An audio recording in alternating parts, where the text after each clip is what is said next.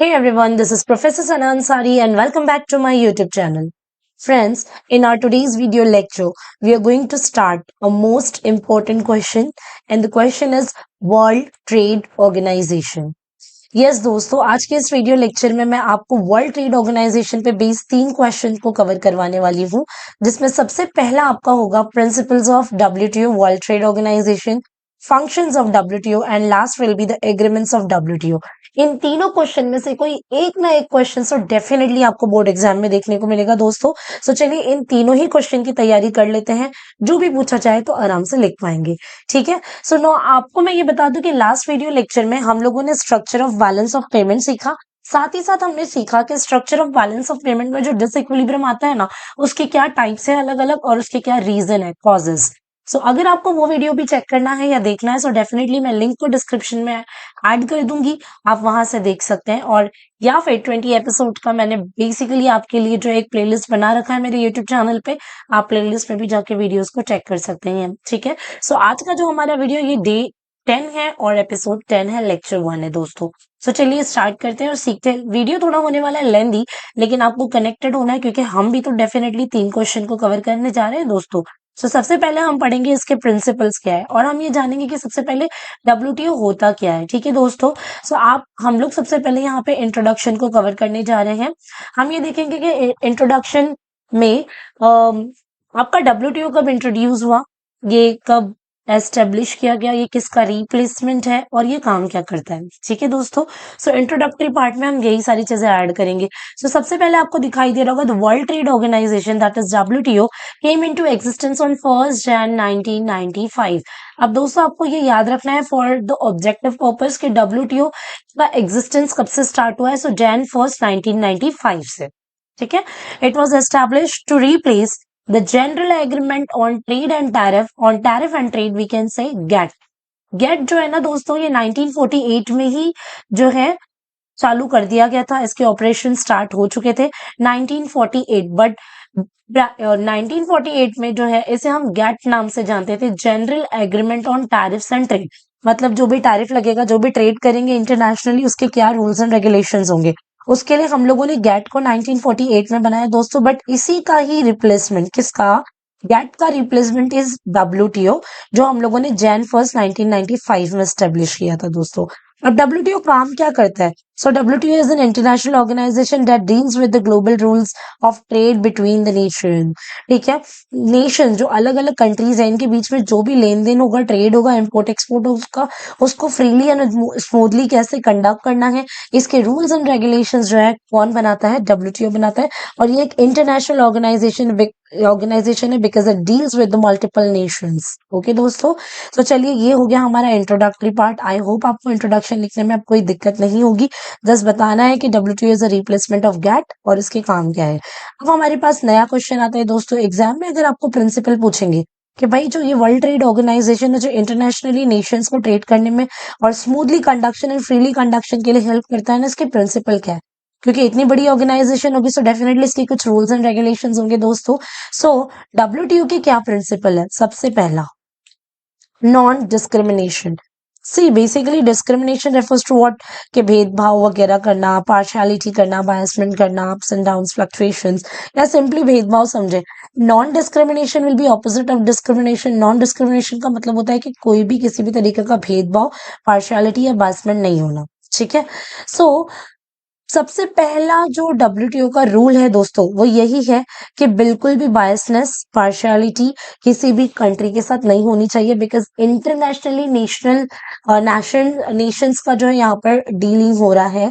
That means अलग अलग country like India, Japan, Germany, England, Portugal, France, ये अलग अलग कंट्री जब आपस में ट्रेड करेंगी, सो किसी भी कंट्री का डेवलप या डेवलपिंग होने की वजह से किसी भी तरीके का भेदभाव या पार्शियलिटी नहीं होना चाहिए।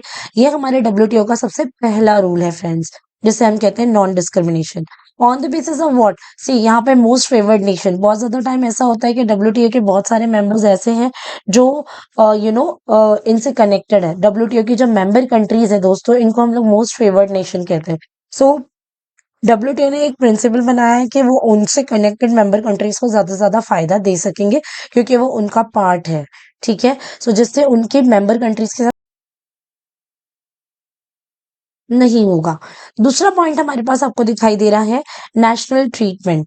नेशनल ट्रीटमेंट में जो है आप यहाँ पर देखोगे, once goods have entered a country they must be treated the same as the domestically produced goods, meaning no discrimination against imported products. मतलब आप अगर जो है बाहर से किसी प्रोडक्ट को खरीद रहे हैं तो आप उस पर टैरिफ वगैरह लगा के, उसको जो है ड्यूटी वगैरह लगा के बहुत ज़्यादा एक्सपेंसिव करके, या फिर ऐसा हो जाएगा जब चीज़ें बहुत ज़्यादा एक्सपेंसिव हो जाएगी तो लोग खरीदेंगे नहीं।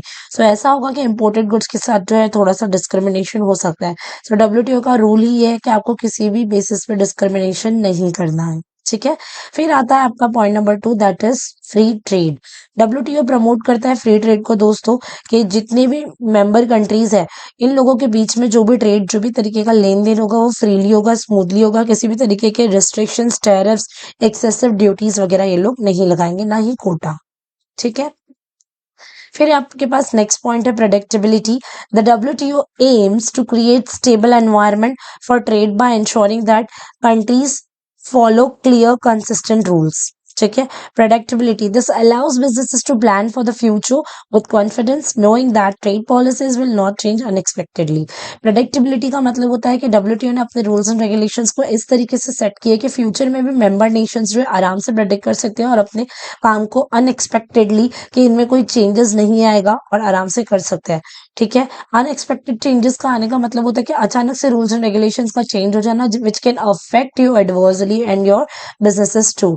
सो इसकी वजह से प्रेडिक्टेबिलिटी भी हमारे डब्ल्यूटीओ का एक रूल है, जहां पर आप जो है इसकी हर एक चीज को प्रेडिक्ट कर सकते हो, फ्यूचर के बारे में सोच कर चल सकते हो, क्योंकि इनके रूल्स एंड रेगुलेशंस पहले से ही क्लियर कट बना दिए जा चुके हैं। ठीक है। अब इसके बाद देखेंगे इसका अगला प्रिंसिपल क्या है। हमने देखा डिस्क्रिमिनेशन नहीं होना चाहिए, ट्रेड फ्री होना चाहिए, और प्रेडिक्टेबिलिटी होना चाहिए। ठीक है। इसके बाद है आपके पास फेयर कंपटीशन। यस, जितने भी मेंबर नेशंस हैं उनके साथ जो है फेयर कंपटीशन होना चाहिए। इसका मतलब होता है कि जो भी आप आपकी डीलिंग कर रहे हो, ठीक है, ये अनफेयरली नहीं होना चाहिए। आप लाइक फॉर एग्जांपल डंपिंग वगैरह नहीं होना चाहिए, बहुत ज्यादा सब्सिडीज देके आप जो है आपकी कंट्री को ही प्रमोट करें डोमेस्टिकली, ये भी नहीं होना चाहिए। बिकॉज आप सोचोगे कि सिर्फ एक्सपोर्ट और इम्पोर्ट ना हो, सो इट इज नॉट गुड। आपको एक्सपोर्ट और इम्पोर्ट दोनों में इक्वली पार्टिसिपेट करना है, और डंपिंग जैसी अनहेल्दी एंड अनफेयरली सर्विसेज को रोकना, ये डब्ल्यूटीओ का मेन फोकस है दोस्तों। इसलिए यहाँ पर हमने फेयर कंपटीशन वाले पॉइंट को ऐड किया है। इसके बाद है आपका इकोनॉमिक डेवलपमेंट। तो यस, डब्ल्यूटीओ प्रमोट करता है कि हर एक नेशन का डेवलपमेंट होना चाहिए, उससे जुड़े हुए हर एक नेशन का ग्रोथ होना चाहिए, एंड इनके बीच में ट्रांसपेरेंसी भी होनी चाहिए। ट्रांसपेरेंसी का मतलब होता है एवरीथिंग शुड बी विजुअल। आप जितने भी रूल्स एंड रेगुलेशंस बना रहे हो, जितने भी पॉलिसीज बना रहे हो, ये सभी को, सभी मेंबर नेशंस को पता होना चाहिए, ताकि वो आगे की डीलिंग्स कर सके। ठीक है दोस्तों। अब हम आगे बढ़ेंगे। हमारे पास हो गए हैं हमारे प्रिंसिपल्स ऑफ डब्ल्यूटीओ, लेकिन अभी जो आपका क्वेश्चन है ना दोस्तों, वो ये है फंक्शंस। अब डब्ल्यूटीओ का काम क्या है, हमने इसके रूल्स तो देख लिए कि क्या क्या रूल्स डब्ल्यूटीओ को के है। अब डब्ल्यूटीओ काम क्या करता है, ठीक है। तो सबसे पहले डब्ल्यूटीओ के बहुत सारे काम है दोस्तों वर्ल्ड ट्रेड ऑर्गेनाइजेशन के। एडमिनिस्ट्रेटिंग ट्रेड एग्रीमेंट्स, हमको पता है कि हमारे जितने भी इंटरनेशनल ट्रेड हो रहे हैं उनके हमने प्रिंसिपल में ही देख लिया ना कि rules, general rules and guidelines. So WTO का सबसे पहला जो काम है ना दोस्तों, वो ये है कि क्या करना, एडमिनिस्ट्रेटिंग एग्रीमेंट्स बनाना, ट्रेड एग्रीमेंट्स, मतलब किस तरीके से मेंबर नेशंस या बिटवीन द नेशन ट्रेड होगा, उसके सारे एग्रीमेंट्स बनाना और उनको कंप्लायंस कराना। ये सारा काम जो है डब्ल्यूटीओ का होता है दोस्तों, और उसका मॉनिटरिंग करना, उसके डिस्प्यूट्स हो या फिर उसका स्मूथली कंडक्शन के लिए रिस्पॉन्सिबल अगर कोई ऑर्गेनाइजेशन है तो वो है डब्ल्यूटीओ। तो ये डब्ल्यूटीओ का मेन फंक्शन है। फिर आता है dispute resolution. Disputes are nothing but disagreements between the member nations while doing their trade with each other. अगर इनको किसी भी तरीके के राइट्स एक्सप्लॉइटेशन या किसी भी तरीके का कुछ प्रॉब्लम फेस हो रहा है, सो वैसे सिनारियो पे जो है member nations can use the platform called WTO to settle their disputes. ठीक है। सो ये भी एक डब्ल्यूटीओ का काम है। फिर उसके बाद आता है monitoring trade policies. Monitoring trade policies, जितनी भी ट्रेड पॉलिसीज हो रही है उनको मॉनिटर करना। ठीक है। उसके हिसाब से, उनकी पॉलिसीज के हिसाब से चलना, पॉलिसीज को बराबर से अप्लाई किया जा रहा है यानी नेशंस के द्वारा, इसको टेक केयर करना। ये सारा मॉनिटरिंग काम भी कौन करता है, डब्ल्यूटीओ करता है, जैसे कि मैंने पहले भी आपको बताया दोस्तों।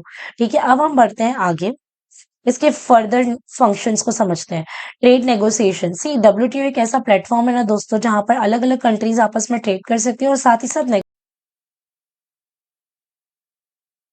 नेगोशिएशन का मतलब होता है कि जिस तरीके से वो एग्रीमेंट्स कर सकते हैं अपने खुद के, हम बोलते हैं ना, सेटलमेंट कर सकते हैं दोस्तों, उनके जो भी टैरिफ्स है, कोटा है। जब आपस में दो कंट्रियां ट्रेड करती है तो बस but obviously they will talk about how much charges, how much tariff, quota, restriction कितना है, कैसा है। सो ये सारा नेगोशिएशन करने के लिए भी हमारे पास डब्ल्यूटीओ का प्लेटफॉर्म है। So again it's a function of WTO, where WTO deals with the nations negotiation work too. फिर उसके बाद आता है आपका second, which is technical assistance and capacity building. WTO provides training and support to developing countries also. अब जैसे India, like India, Pakistan, ऐसे काफी सारे कंट्रीज है, भूटान, ये सारी कुछ ऐसी कंट्रीज है जो डेवलपिंग कंट्रीज है। सो इनको टेक्निकल असिस्टेंट देना, उसके लिए ट्रेनिंग प्रोवाइड करती है, सपोर्ट करती है डब्ल्यूटीओ, ताकि वो किस तरीके से जो है ग्लोबल मार्केट में एंटर कर सकते हैं और ट्रेड करके अपनी कंट्री को डेवलपमेंट के टूवर्ड्स लेके जा सकते हैं। ठीक है। इसके बाद है आपके पास दूसरा पॉइंट, जिसे हम कहते हैं cooperation with other international organization. अब डब्ल्यूटीओ क्या करता है ना, अदर इंटरनेशनल ऑर्गेनाइजेशन, जैसे कि दो ऑर्गेनाइजेशन के बारे में यहाँ पे मैंने हाईलाइट किया है, एक है आपका वर्ल्ड बैंक और दूसरा है आपका इंटरनेशनल मॉनेटरी फर्म। ठीक है। सो ये कुछ ऐसे फर्म और ऐसे वर्ल्ड बैंक है, इनसे आप अगर इंटरनेशनली कोऑपरेट करना चाहिए, कोऑर्डिनेट करना चाहे तो it is not possible, but you can do all this things with the WTO. ठीक है। सो डब्ल्यूटीओ हमें लिंक करता है अदर इंटरनेशनल ऑर्गेनाइजेशन से भी। ठीक है। एंड इसके बाद जो है आपके पास नेक्स्ट पॉइंट है promoting trade liberalization. Yes, WTO जो है ना एडवोकेट करता है कि जितनी भी ट्रेड बैरियर्स है ना, इनको रिड्यूस कर सके। ठीक है। और ओपन मार्केट को एनकरेज करता है कि लोग ग्लोबली आए, डील करें। और इसी का मतलब होता है liberalization. It is one type of freedom friends, जहां पर आप फ्रीली जो है ट्रेड कर सकते हो और अपनी डीलिंग्स कर सकते हो। आई होप आपको प्रिंसिपल्स एंड फंक्शंस अच्छे तरीके से समझ में आ गए होंगे दोस्तों। अब जो है आपका एक लास्ट मोस्ट इंपॉर्टेंट क्वेश्चन बचता है, जिसे हम कहते हैं डब्ल्यूटीओ एग्रीमेंट्स। ठीक है दोस्तों। अब एग्रीमेंट्स को बहुत अच्छे तरीके से पढ़ना है, काफी टाइम मैंने बोर्ड एग्जाम्स में देखा है। देखिए, ऐसा जरूरी नहीं कि सिर्फ एग्रीमेंट्स ही पूछेंगे, मैंने प्रिंसिपल्स भी देखा, रिपीटेडली इन लोगों ने पूछा है। फिर मैंने देखा कि इन लोगों ने काफी टाइम पे प्रिंसिपल्स के अलावा जो है इन लोगों ने पूछा आपका फंक्शंस। सो ये लोग इस तरीके से अलग अलग तरीके से क्वेश्चंस आपको पूछ सकते हैं, तो हम लोगों को रेडी रहना है। एंड बहुत ही इजी इजी है, जैसे कि आपको दिखाई दे रहा है फ्रेंड्स। तो हम इसी तरीके से जाएंगे और हम यहाँ पर मेंशन कर देते हैं डब्ल्यूटीओ एग्रीमेंट्स के बारे में। तो चलिए एग्रीमेंट्स पढ़ते हैं, बहुत बार पूछता है। और यहाँ तक कि एग्रीमेंट्स में जो हम अलग अलग एग्रीमेंट्स पढ़ेंगे, कभी कभी ये लोग उसमें से एक एग्रीमेंट उठा के भी आपको पूछ लेते हैं शॉर्ट नोट्स के लिए। सो हमको प्रिपरेशन हमारी अच्छे से करनी है दोस्तों। और चलिए बढ़ते हैं हमारे लास्ट क्वेश्चन की तरफ for this video, that is WTO agreement. अब वर्ल्ड ट्रेड ऑर्गेनाइजेशन ने जिस तरीके से अपने रूल्स एंड रेगुलेशंस बनाए, प्रिंसिपल कहते हैं, उसका काम क्या है, फंक्शन कहते हैं। अब इसके अग्रीमेंट्स क्या क्या है ट्रेड को लेकर बिटवीन द नेशंस, वो हम देख लेते हैं दोस्तों। सबसे पहले इसने काफी सारे एग्रीमेंट्स बनाए। सबसे पहला जो हम एग्रीमेंट पढ़ने जाएंगे दोस्तों, इसका नाम है गेट। अब आप बोलोगे कि मैम ये क्या है? यस, यही तो गेट है। इसी इसी का तो रिप्लेसमेंट हमने देखा है, जिसका नाम है डब्ल्यूटीओ। तो सबसे पहला हम एक एग्रीमेंट को पढ़ रहे हैं दोस्तों, ये डब्ल्यूटीओ का बना हुआ है ना, ये खुद एक WTO is a replacement of this particular agreement. So ये हमने ऑलरेडी जाना है कि general agreement on trade and tariff, इसमें कुछ रूल्स एंड रेगुलेशन होते हैं, गेट, और इसी का रिप्लेसमेंट क्या मिला है हमें, डब्ल्यूटीओ। सो यहाँ से स्टार्ट करते हैं। डब्ल्यूटीओ के अंदर कौन कौन से एग्रीमेंट्स आते हैं वो यहां से है दोस्तों। सबसे पहला है गेट्स। देखिए, गेट अलग है, गेट्स अलग है। General agreement on trade in services. जितना भी आप इंटरनेशनल ट्रेड करते हो इन सर्विसेज, सर्विसेज क्या होता है? नॉन मर्केंटाइल आइटम्स दोस्तों, जैसे कि बैंकिंग, टेलीकम्युनिकेशन, जैसे मैंने यहाँ पे मेंशन किया, देखो बैंकिंग, टेलीकम्युनिकेशन हो गया, टूरिज्म हो गया।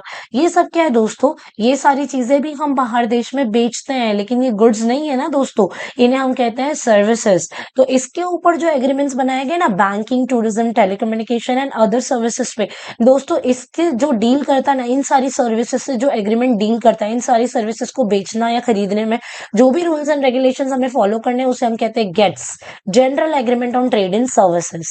समझ में आ गई होगी बात दोस्तों आप लोगों को। चलिए बढ़ते हैं आगे। ठीक है, अब हम बढ़ते हैं हमारे दूसरे एग्रीमेंट की तरफ।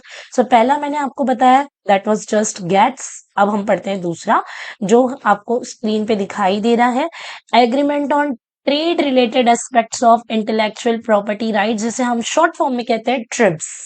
आपको क्या याद रखना है? ट्रिप्स। अब इसको उठाकर ये लोग शॉर्ट नोट्स में पूछ लेते हैं, कभी कभी ट्रिम्स भी पूछते हैं। अभी फिलहाल हम लोग जो है ट्रिप्स को देख सो बेसिकली ये होता क्या है, हम ये समझेंगे कि ये होता क्या है। ट्रिप्स, इंटेलेक्चुअल प्रॉपर्टी राइट्स क्या होती है ना दोस्तों, पहले इस पे फोकस करते हैं। इंटेलेक्चुअल प्रॉपर्टी राइट्स वो होते हैं, जैसे कि कुछ एग्जांपल आपको देके समझाने की कोशिश करूंगी, जैसे कि patents, copyright, trademarks, trade secrets, licensing, ये सारी कुछ ऐसी चीजें होती है बट फ्रेंड्स जिसे हम कहते हैं इंटेलेक्चुअल प्रॉपर्टी, आईपी।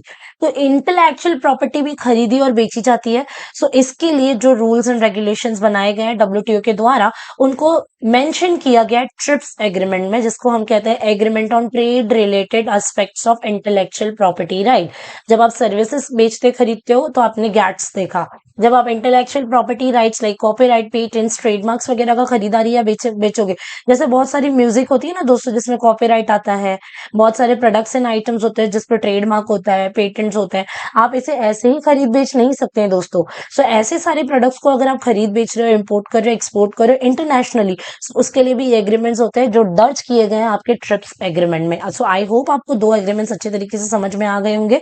आपको यहाँ पर मैं दिखा भी देती हूँ, मैंने मेंशन किया patents, copyrights, trademarks, trade secrets, licence वगैरह भी यहाँ पर आप मेंशन कर सकते हैं। नाउ थर्ड हमारे पास है एग्रीमेंट ऑन एग्रीकल्चर। एक बार आपके जो बोर्ड एग्जाम में इन लोगों ने शॉर्ट नोट्स में एओए को पूछा है, ये क्या होता है। अब एग्रीकल्चर, आप जितना भी एग्रीकल्चर मार्केट है, आप जो एग्रीकल्चर प्रोडक्ट से डील करते हो, when you do international trade between the country, so friends यहाँ पर एग्रीकल्चर से रिलेटेड जो भी आपका प्रॉब्लम है, जो भी आपके प्रिंसिपल्स है, जो भी आपके रूल्स है, जो भी आपके अग्रीमेंट्स कैसे होने चाहिए, क्या रेट पे और किस तरीके से सेट किए जाने चाहिए, एग्रीकल्चर से रिलेटेड सारा ट्रेड का जो भी इंफॉर्मेशन है, वो हम जो इस एग्रीमेंट में हम मेंशन करके रखा है डब्ल्यूटीओ ने, जिसे हम कहते हैं एग्रीमेंट ऑन एग्रीकल्चर। ठीक है, फिर आपके पास आता है agreement on subsidies and countervailing measures, जिसे हम एससीएम एग्रीमेंट के नाम से जानते हैं। सो ये जो है बेसिकली है क्या, देखिए मैं आपको पढ़कर बताती हूँ, समझने के लिए इजी होगा। This agreement addresses the issues of government subsidies and provides rules for responding to harmful subsidies, ensuring that they don't distort trade.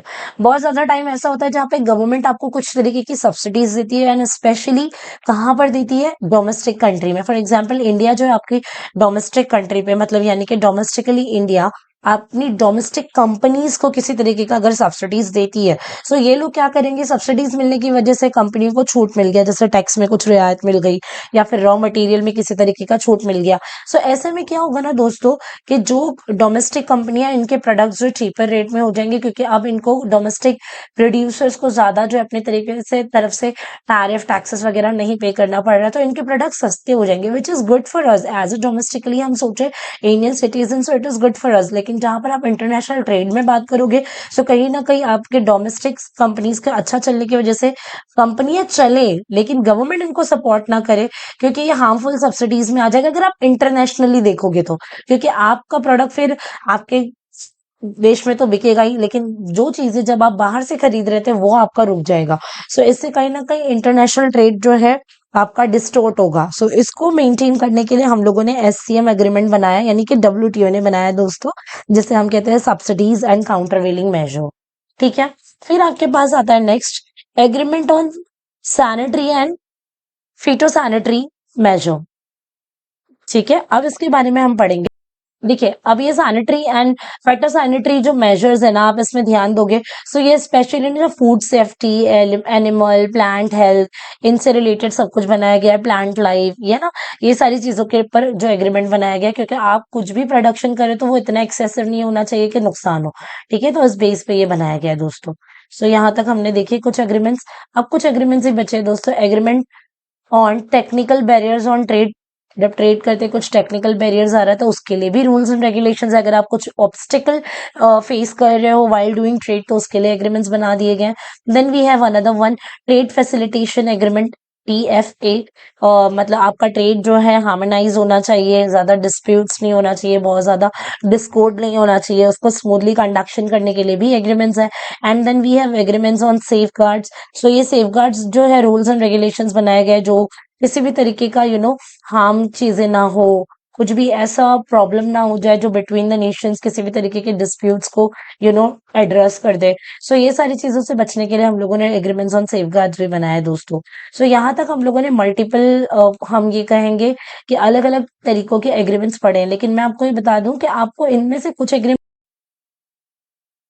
दोस्तों इनमें से आप कुछ एग्रीमेंट्स भी याद रखोगे तो इनफ है। जैसे अगर आपको ये क्वेश्चन आता है कि एग्रीमेंट ऑन एग्रीकल्चर पे लिखना है आपको, सो आप क्या लिख सकते हो, सॉरी WTO एग्रीमेंट्स अगर आप लिख रहे हो, सो आप क्या क्या लिखेंगे। सो बेसिकली मैं आपको सजेस्ट करूंगी कि आप सबसे पहले ये इंट्रोडक्शन बना दें, जहां पर आप मेंशन कर दें कि WTO is a replacement of GATT. GATT का ईयर डाल दीजिए, 1948 में बनाया गया था, और WTO का भी डेट डाल दीजिए 1 जनवरी 1995 का। ठीक है, उसके बाद आप आपका एग्रीमेंट स्टार्ट कीजिए। आपका जो जरूरी होगा ना एग्रीमेंट लिखना, वो एक ये होगा, गेट्स ट्रेड इन सर्विसेज वाला।